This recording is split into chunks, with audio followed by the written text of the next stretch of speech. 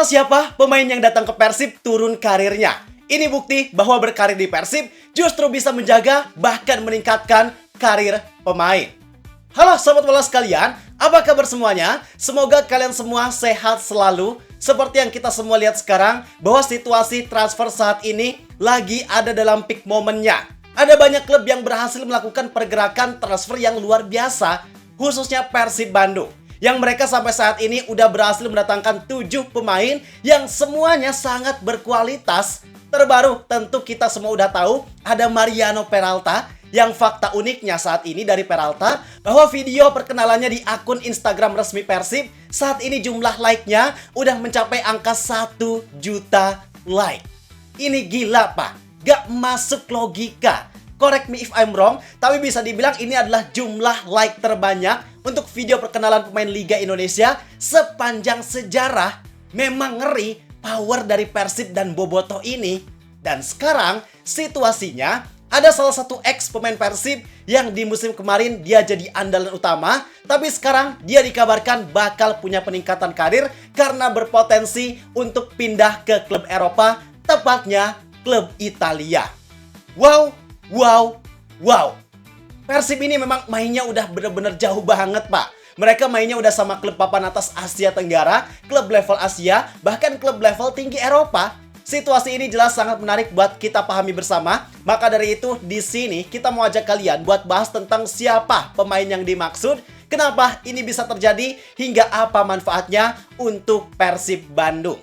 Karena pada dasarnya, yang paling penting bahwa situasi ini jelas jadi pembuktian bahwa berkarir di Persib sama sekali gak menurunkan karir maupun kualitas pemain.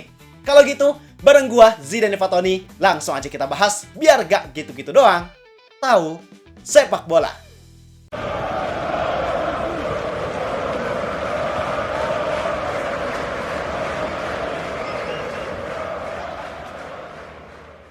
Oke, yang pertama kita bahas situasinya dulu. Jadi untuk saat ini Persib memang banyak mendatangkan pemain berkualitas dengan CV mentereng. Beberapa contohnya ada Luka Menalo yang dia beberapa musim kebelakang pernah main di klub raksasa Kroasia, yaitu Dinamo Zagreb. Kemudian pembicaraan yang paling hot tentunya ada Sandy Walsh dan Ragnar Oratmangun.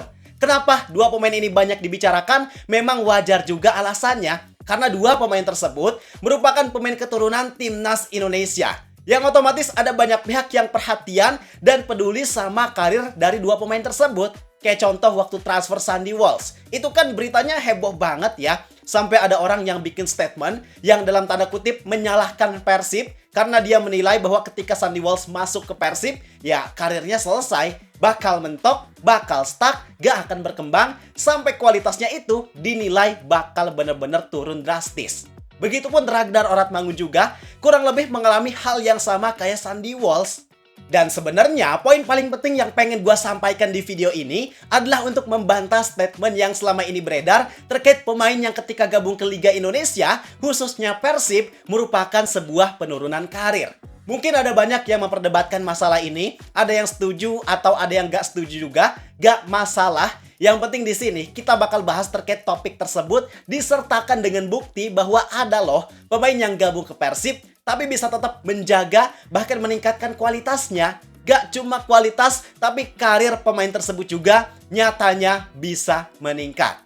Nah langsung aja, jadi ada salah satu pemain Persib yang di musim kemarin jadi andalan utama, yaitu Federico Barba. Dia di musim kemarin memang jadi pemain yang punya performa yang sangat luar biasa. Kalau pandangan gua pribadi, Barba ini layak buat jadi Man of the Year buat Persib di musim kemarin. Bahkan kalau musim kemarin gak ada pemain yang se-overpower Peralta, kalau dia statistik golnya gak semengerikan itu, gua rasa Barba ini sangat layak buat dapat penghargaan sebagai pemain terbaik Barry Suplik untuk musim kemarin. Karena memang perannya sehebat dan sepositif itu untuk Persib Bandung. Dan sekarang sebenarnya Barba memang udah resmi keluar dari Persib. Faktor utamanya adalah karena kontrak dia yang memang udah habis. Dia memutuskan buat gak memperpanjang. Dan akhirnya sekarang dia berstatus sebagai free agent. Artinya mau dia negosiasi dengan klub manapun itu sah-sah aja. Nah uniknya sekarang Federico Barba dikabarkan jadi incaran salah satu klub Liga Italia. Yang di musim kemarin klub ini sebenarnya main di Serie A, di kasta tertinggi Liga Italia. Cuma dikarenakan mereka finish di posisi ke-19, akhirnya mereka di musim sekarang harus terdegradasi ke Serie B. Yaitu klub tersebut bernama Hellas Verona. Jadi menurut sport jurnalis asal Italia, Lorenzo Lepore, dia mengabarkan bahwa saat ini Hellas Verona lagi menjalin kontak dengan ex pemain Persib, Federico Barba, sebagai bagian dari usaha mereka untuk merekrut ex pemain Persib tersebut. Wow, wow, wow. Jadi sekarang situasinya, Barba itu lagi diminati sama klub Liga Italia, Pak. Walaupun situasi transfer ini terjadi setelah Barba udah resmi keluar dari Persib, tapi tetap aja, hitungannya Barba ini pindah dari Persib dan punya potensi besar untuk dia pindah ke Hellas Verona sebagai salah satu klub yang saat ini berkompetisi di Liga Italia, tepatnya Serie B.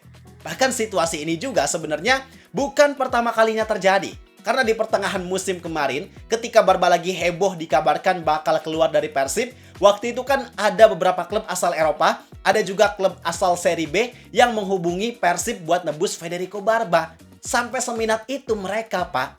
Artinya yang bisa kita pahami dari situasi ini, bahwa berkarirnya Barba di Persib ternyata sama sekali nggak mempengaruhi kualitas bahkan karir yang dia miliki. Walaupun dia main di Persib, ternyata Barba bisa tetap jadi pemain yang hebat di lini belakang. Insting dia sebagai pemain bertahan, kemampuan dia sebagai bek tengah modern, itu masih sangat-sangat terjaga. Maka bisa kita pahami bahwa Persib sebagai tempat dia berkarir, ternyata gak bikin kualitas dia menurun. Persib di sini menjadi sebuah wadah yang mampu menjaga kualitas para pemainnya. Apa yang Persib miliki sekarang, standar yang mereka miliki, staf pelatih yang mereka miliki, hingga keikutsertaan kompetisi yang mereka ikuti, itu semua jadi sarana yang bisa menjaga kualitas pemain untuk tetap ada di level yang tinggi. Jadi gak bisa untuk kita bilang, wah gabung Persib bakal nurunin kualitas pemain, gak bisa dilirik sama klub level tinggi Eropa lagi, gak bisa gitu. Karena sekarang udah terbukti bahwa pemain yang sebelumnya main di Persib ternyata bisa loh buat kembali main di level kompetisi tinggi Eropa. Maka situasi ini juga tentu bisa sangat mungkin terjadi untuk pemain lainnya, khususnya pemain keturunan yang saat ini ada di Persib. Kayak Tom Haye, Eliano Renders, Sandy Walsh, Ragnar Oratmangun, itu mereka pada dasarnya punya potensi atau kesempatan yang sama kayak Federico Barba. Karena pada dasarnya, mereka juga punya latar belakang atau modal yang kurang lebih sama kayak Barba. Mereka punya pengalaman main di level tinggi Eropa, dan mereka juga punya kualitas yang bagus juga. Apalagi dengan bukti yang saat ini udah kita lihat, ada Tom Haye, yang ternyata visi serta kualitas permainan di lini tengahnya tetap terjaga. Kemudian ada Eliano Renders, yang justru kualitasnya malah makin meningkat dan lebih percaya diri. Maka itu jadi history yang bisa juga terjadi ke Sandy Walsh dan Ragnar Oratmangun, bahwa mereka berdua juga berpotensi bisa tetap menjaga atau bahkan meningkatkan kualitasnya. Jadi memang narasi terkait Persib yang katanya merusak karir pemain, menurunkan kualitas pemain, itu jelas jadi suatu hal yang sangat keliru. Apa yang terjadi terhadap para pemain yang ada di skuad Persib sekarang, kemudian dengan Federico Barba yang ternyata masih sangat diminati oleh klub-klub Italia, itu semua udah jadi bukti nyata bahwa Persib merupakan klub yang bisa menjaga bahkan meningkatkan kualitas pemainnya. Apalagi kalau kita lihat, tujuan yang pernah disampaikan sama Sandy Walsh, itu tujuannya mulia kan? Dia pengen meningkatkan kualitas sepak bola Indonesia lewat kontribusi yang diberikannya di Persib Bandung. Dia pengen kehadirannya itu bisa jadi motivasi untuk klub maupun pemain yang ada di Indonesia, supaya mereka semua bisa meningkatkan kualitasnya. Dia pengen ngasih experience berharga bahwa gini loh kualitas sepak bola yang levelnya lebih tinggi. Sehingga dengan begitu, kualitas internal sepak bola kita bisa mengalami peningkatan level.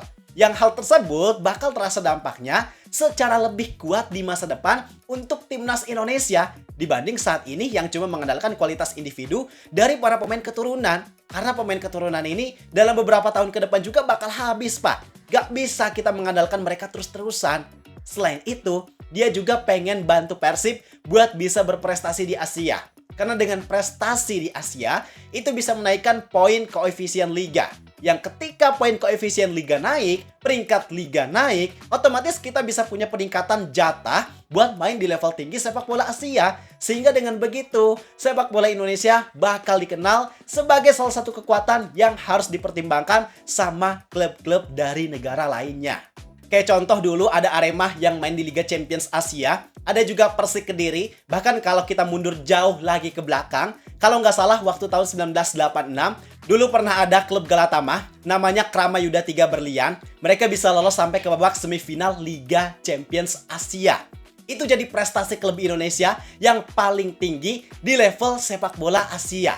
Dan harapannya, dengan usaha yang saat ini Persib lakukan, dengan mereka yang membangun skuadnya dengan komposisi pemain berkualitas, harapannya tentu prestasi tersebut bisa diulang atau bahkan dipecahkan dengan prestasi yang jauh lebih tinggi lagi. Jadi itu penjelasan terkait Persib yang berpotensi mengirimkan ex pemainnya ke Liga Italia. Semoga situasi ini jadi motivasi juga untuk pemain lainnya. Sekarang pendapat kalian gimana terkait situasi Persib ini? Tulis di kolom komentar. Gua rasa cukup sekian untuk video kali ini. Like dan subscribe-nya jangan lupa. Terima kasih. Gua Zidan Fatoni. Sampai jumpa di video berikutnya. See ya!